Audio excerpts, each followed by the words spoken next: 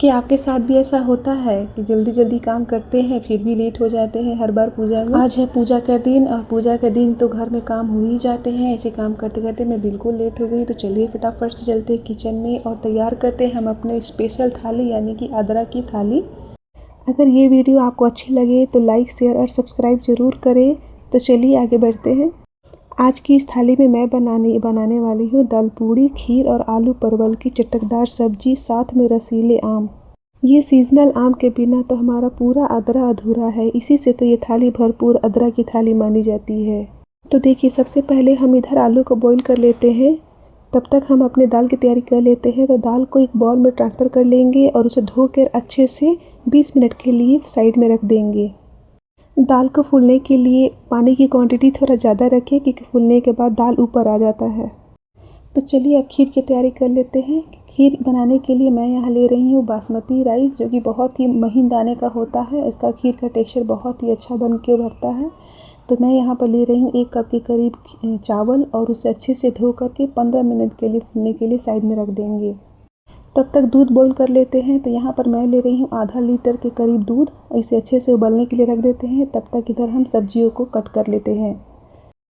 तो जैसा कि मैंने बताया आपको कि आज मैं बनाने वाली हूँ आलू परवल की सब्ज़ी। तो मैं परवल को सबसे पहले छील के कट करके धो लूँगी और इधर प्याज और लहसुन का पेस्ट भी तैयारी करती रहूँगी साथ ही साथ। तो देखिए चावल हमारे अच्छे से फूल चुके हैं। तो अब क्या करेंगे ना कि इसे अच्छे से थोड़ा सा हाथों से मैश कर लेंगे और उबले हुए दूध में डाल देंगे औंच करके। तो हमारे यहाँ पर जब भी चावल डालते हैं ना तो यहाँ पे थोड़ा सा औंचते हैं। यह हमारे यहाँ का रिचुअल है। जैसे कोई भी पकवान या फिर कोई भी मीठा बनाते हैं तो सबसे पहले अंगनी माता को अर्पित करते हैं, फिर बाद ही में हम खाते हैं। इसका मतलब मेरे हिसाब से यही लगता है। बाकी इसके पीछे का क्या राज है ये मैं नहीं जानती।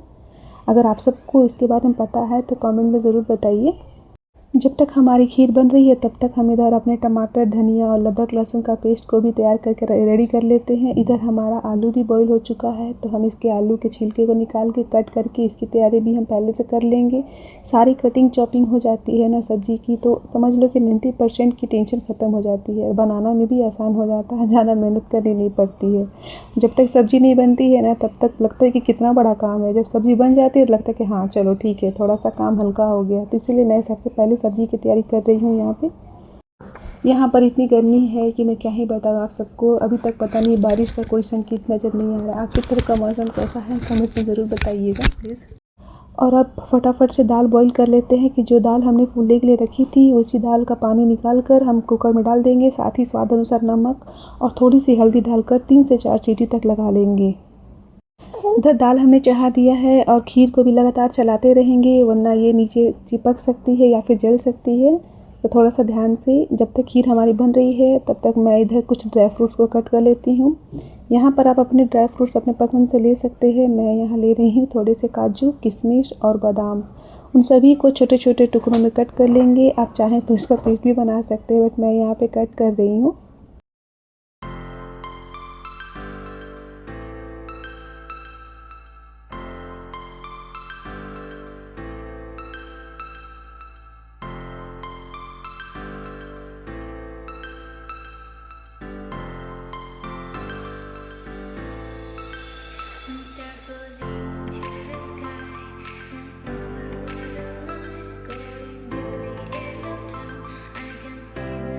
तो देखिए इस तरह से हमने सारे ड्राई फ्रूट्स को कट कर लिए हैं। अब क्या करेंगे ना कि हम अपने खीर को चलाते हुए देख लेंगे। अब खीर हमारा रेडी हो गया है, तब सारे ड्राई फ्रूट्स को उसमें हम डाल देंगे और 1 से 2 मिनट तक चला लेंगे। फिर क्या करेंगे, हम यहाँ पे 2 इलायची को बारीक कूट लेंगे, कूट कर डाल देंगे। इससे इसकी खुशबू बहुत अच्छी होती है। साथ ही हम यहाँ पर चीनी डाल देंगे। तो जितना चावल लिया था आपने उतना ही आप चीनी लेंगे। जैसे 1 कटोरी चावल लिया है तो 1 कटोरी चीनी डाल देंगे। आप अपने मिठास के अकॉर्डिंग डाल सकते हैं, कम या ज़्यादा। तो 1 मिनट के लिए उसी भी चलाएंगे और चलाने के बाद गैस का फ्लेम बंद कर देंगे और ढक के साइड में रख देंगे। तो तैयार है हमारा खीर। अब सेम उसी के साथ हम आलू को भी डाल के फ्राई कर लेंगे। साथ में थोड़ा नमक डाल देंगे और उसे अच्छे से ब्राउन होने तक फ्राई करके निकाल लेंगे एक प्लेट में। जिस दिन घर में पूजा हो और उस दिन अगर आप कोई भी पकवान बनाते हैं ना तो बहुत ही स्वादिष्ट लगता है देखने में। उस दिन का खाना खाने के बाद ना पेट तो भर जाता है लेकिन मन नहीं भरता है। तो देखिए फटाफट से हम फ्राई किए हुए वेजिस को निकाल लेंगे और सेम उसी कढ़ाई को चढ़ाएंगे चूल्हे पे और उसमें तेल डालेंगे, साथ ही कुछ खड़े मसाले, इसे थोड़ा सौते कर लेंगे हम। और उसके बाद हम डालेंगे बारीक कटा हुआ प्याज। प्याज को तब तक भूनेंगे जब तक प्याज का कलर ब्राउन ना हो जाए। और उसके बाद हम सारे बेसिक मसाले जैसे हल्दी, धनिया, मिर्ची, जीरा पाउडर, ब्लैक पेपर पाउडर, अदरक लहसुन का पेस्ट, स्वाद अनुसार नमक और थोड़ा पानी डालकर मसाले को अच्छी तरह से भून लेंगे जब तक उसमें से तेल न रिलीज़ हो जाए। तो हमारा मसाला इधर भून रहा है। तो देखिए इधर हमारे दाल मसाला जल्दी भून जाए तो हम इसे मीडियम टू हाई फ्लेम पर भूनेंगे ताकि मसाला जले ना, और कंटिन्यू चलाते रहेंगे साथ ही साथ। तो देखिए इधर हमारे दाल भी रेडी हो गए हैं और अब हम क्या करेंगे, इसे चेक करेंगे। तो देखिए हमारे दाल पूरी अच्छी तरह से पक चुके हैं। तो अब हम इसका सारा पानी निकाल के साइड में रख देंगे। इधर मसाले को भी चेक करते रहेंगे, चलाते हुए पकाते रहेंगे वरना ये नीचे से जल सकते हैं। मसाले भून गए हैं। तो अब हम क्या करेंगे कि बारीक कटा हुआ टमाटर डालकर उसे भी 3 से 4 मिनट तक के लिए भूनेंगे। मसाला को चलाते हुए भूनेंगे। जब मसाला हमारा अच्छी तरह से तेल छोड़ दे तो हम अपने फ्राई किए हुए वेजिस यानी कि आलू और पटल को यहाँ पे डाल करके उसे भी 1-2 मिनट तक भून लेंगे अच्छी तरह से। फिर क्वांटिटी के हिसाब से पानी डालेंगे और ढककर कुक होने के लिए रख देंगे।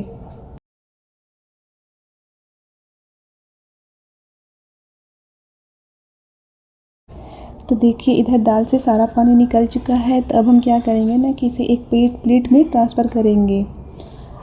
इसे हम मिक्सी के जार में पीसेंगे नहीं, आप चाहें तो इसे मिक्सी में भी ग्राइंड कर सकते हैं, बट मैं यहाँ पर पोटैटो मैशर से मैश करने वाली हूँ। देखिए इस तरह से पोटैटो मैशर से मैश करने से क्या होता है कि ज़्यादा गीला और चिपचिपा सा नहीं होता है, वो हल्का ड्राई सा रहता है। तो बहुत आराम से और स्मूथली पोटैटो मैशर से ये मैश हो जाता है। और साथ ही जब ये अच्छी तरह से मैश हो जाए तो जो भुना हुआ मसाला था ना, उसे हम सिलवट्टे पे या फिर चकला बेलन से रगड़ कर उसे बारीक पीस लेंगे और इस मसाले को में मिला करके रेडी कर लेंगे।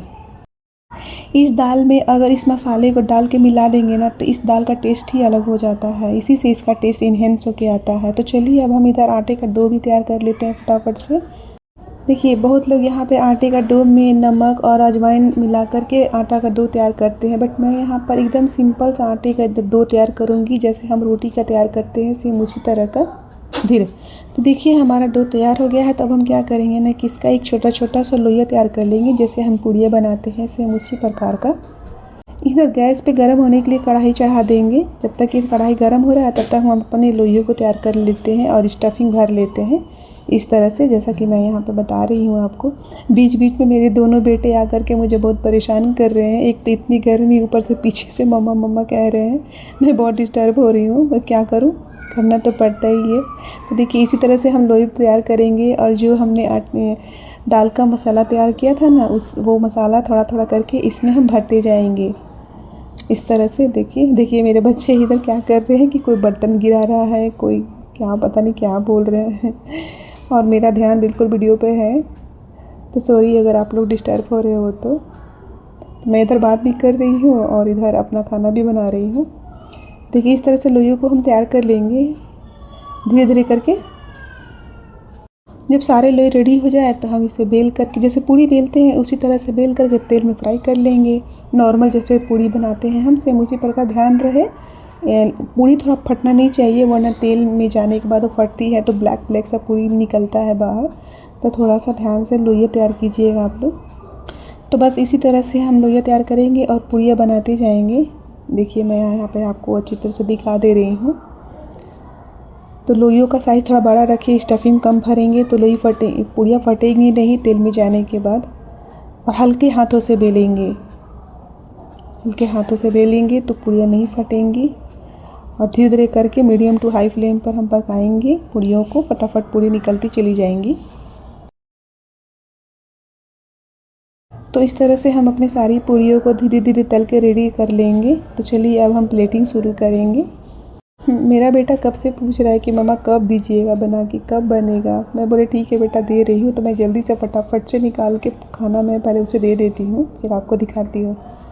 जब भी कोई त्यौहार आता है तो मुझे मेरे घर की बहुत याद आती है। कोई भी पकवान बनाने का मन नहीं करता अकेले, क्योंकि मम्मी के घर में रहते थे तो मम्मी बनाया करती थी और हम सब साथ मिलकर खाया करते थे। तो यहाँ पे मैं अकेली रहती हूँ तो मैंने सोचा कि क्यों ना ये वीडियो आप सबके साथ भी शेयर की जाए। तो देखिए मैं यहाँ पर प्लेटिंग शुरू कर रही हूँ। मेरा बेटे को यहाँ पे मैं दाल की पूड़ी नहीं प्लेन पूड़ी दूँगी, क्योंकि वो दाल वाली नहीं खाना पसंद करता है। तो देखिए यहाँ पे मैं थाली में लगा रही हूँ पूड़ी, खीर और सब्जी, और साथ में 2 बड़े साइज़ के कटे हुए आम। तो आम के बिना ये अदरक की थाली बिल्कुल अधूरी है। अगर आपके यहाँ नहीं बनती है ना, तो इस तरह से ये थाली ज़रूर बना के खाएं, तो बहुत टेस्टी लगेगा खाने में ये आपको। ये वीडियो बनाने के लिए मैं बहुत दिन से सोच रही थी, पर बना नहीं पा रही थी, क्योंकि मैं थोड़ी सी बिज़ी थी और घर में बच्चे हैं, तो ऐसे में मुझे टाइम नहीं मिल पाता है। मैं सोची थी कि अदरक के अंदर में ही बना दूँगी वीडियो। तो मैं लेकर के आ गई आप सबके सामने ये अदरक थाली की रेसिपी। तो ये अदरक थाली की रेसिपी आप सबको कैसी लगी कमेंट में ज़रूर बताइएगा, और एक बार इस थाली को आप अपने घर पर ज़रूर बना कर खाइए। फिर मिलते हैं आपके अगले वीडियो में, तब तक के लिए बाय बाय, हैप्पी यात्रा।